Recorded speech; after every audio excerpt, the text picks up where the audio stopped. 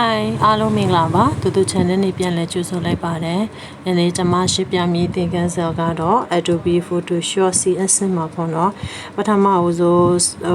sa le de kha ma da dwe de da aut chait de ye lo mya de ပြဿနာလေးတွေရှိတာပေါ့နော်အဲ့ဒီဟာလေးကိုကျွန်မကရေးလို့ရအောင် setting ကိုဘယ်ထဲမှာဝင်ချတယ်ပေါ့နော်အဲ့ဒီကြောင့်ကိုကျွန်မကစတင်ရှင်းလင်းသွားမှာဖြစ်ပါတယ်အဲ့ဒါဟာလေးကိုမရှင်းပြမိကျွန်မရဲ့ video file လေးကိုလည်း like and share subscribe နေပြီးဖို့မမေ့ကြပါနဲ့ဦးနော် okay ပထမဦးဆုံး Adobe Photoshop CS6 ကို double click နဲ့နှစ်ချက်နှိပ်လိုက်ပါ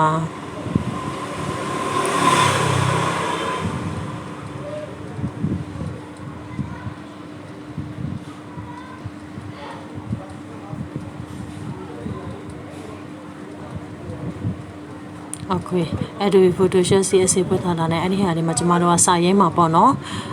Photoshop တွေမှာစာရေးမှာပြတော့ကျွန်တော် file ကနေပြီးတော့ new စာရွက်ကိုအသစ်တစ်ချက်တောင်းလိုက်မယ်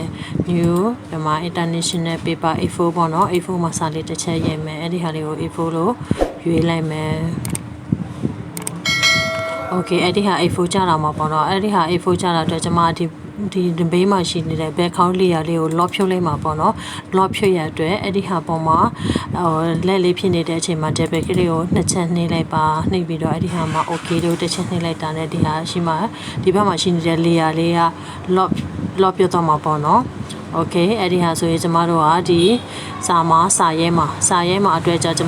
မရှိနေတဲ့ဘေးမှာရှိနေတဲ့ T လေး horizontal type 2ပေါ့နော်အဲ့ဒီဟာ T လေးကိုတစ်ချက်နှိပ်လိုက်ပါ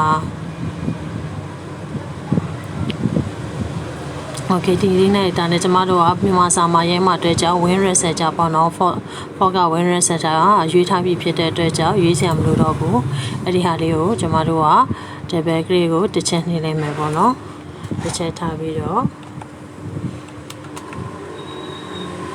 ဘုမတော့ကကြီးပေါ့နော်ဒါတွေကိုရဲမှာအတွက်ကြောင့်ဒါတွေကရိုက်လို့မရဘူးပေါ့နော်အဲ့ဒီဟာလေးကိုကျမတို့ကဘယ်ထက်မှဝင်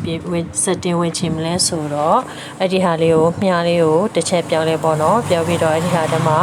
edit ဆိုတဲ့ file လေးထဲကိုဝင်လိုက်ပါ edit ထဲမှာရှိနေတဲ့ preference ထဲမှာ general လေးကိုတစ်ချက်နှိပ်လိုက်ပါ Okay ကျန်နေရလေးကိုနှိပ်လိုက်တာနဲ့အဲ့ဒီဘေးမှာရှိနေတဲ့ type လေးကိုတစ်ချက်နှိပ်လိုက်တဲ့ဘေးမှာရှိနေတယ်မှာ use smart Christ အဲ့ဒီဟာထဲမှာရှိနေတဲ့ချက်မှတ်လေးကိုဖြုတ်လိုက်ပါပြီးတော့ okay လေးကိုတစ်ချက်နှိပ်ပါ